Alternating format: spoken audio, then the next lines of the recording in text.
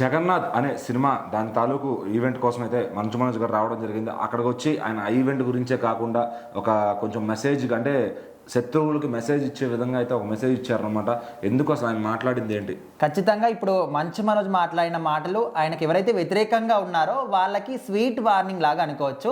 అయితే ఆయన జగన్నాథ్ అనే సినిమా టీజర్ రిలీజ్ ఈవెంట్కి మాత్రం వచ్చాడు, రాయచోట్లో జరిగింది. సో అక్కడ మాట్లాడుతున్న క్రమంలోనే సినిమా గురించి కానీ ఆయన లైఫ్ గురించి చాలా మటుకు కూడా విశేషాలు మాట్లాడినప్పటికీ ఈ కొన్ని వర్డ్స్ మాత్రం పర్టికులర్గా మాట్లాడడం జరిగింది. సో వాటన్ని గురించి కూడా చాలా మంది మాట్లాడుకుంటున్నారు. ఎందుకంటే రీసెంట్ టైంలో ఇటు మనోజీ కావచ్చు, వాళ్ళ ఫ్యామిలీలో కొన్ని గొడవలు కానీ అదేవిధంగా పోలీస్ కేసులని కోర్టులని చాలా మంది కూడా తిరుగుతూ ఉన్నారు. మరి వాళ్ళని ఉద్దేశించి మాట్లాడంటే చాలా మంది కూడా అవును అంటున్నారు, కాకపోతే కొంతమంది నార్మల్ మెసేజ్ అని కూడా అంటున్నారు. సో మొత్తానికి ఆయన ఏం మాట్లాడంటే, నన్ను తొక్కాలనుకున్నా పైకి లేపాలనుకున్నా ఖచ్చితంగా ప్రపంచంలో ఇంకెవ్వరి వల్ల కూడా కాదు, ఓన్లీ నా ఫ్యాన్స్ మాత్రమే. నా సినిమా హిట్ కావాలన్నా ఫ్లాప్ కావాలన్నా, నేను నన్ను పైకి లేపాలన్నా నన్ను కిందకి తొక్కాలన్నా ఖచ్చితంగా ఫ్యాన్స్ వాళ్ళని మాత్రమే సాధ్యమవుతుంది.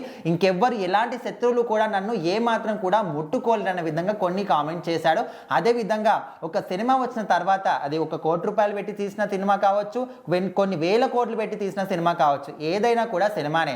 ఇంత తక్కువ అమౌంట్ పెట్టినంత మాత్రాన చిన్న సినిమా అని, పెద్ద అమౌంట్ పెట్టినంత మాత్రాన పెద్ద సినిమా అని, కొన్ని చోట్ల కొన్ని సందర్భాల్లో కొన్ని వేల కోట్లు పెట్టి సినిమా తీసినప్పటికీ కూడా సినిమాలు ఫ్లాప్ అవుతూ ఉంటాయి.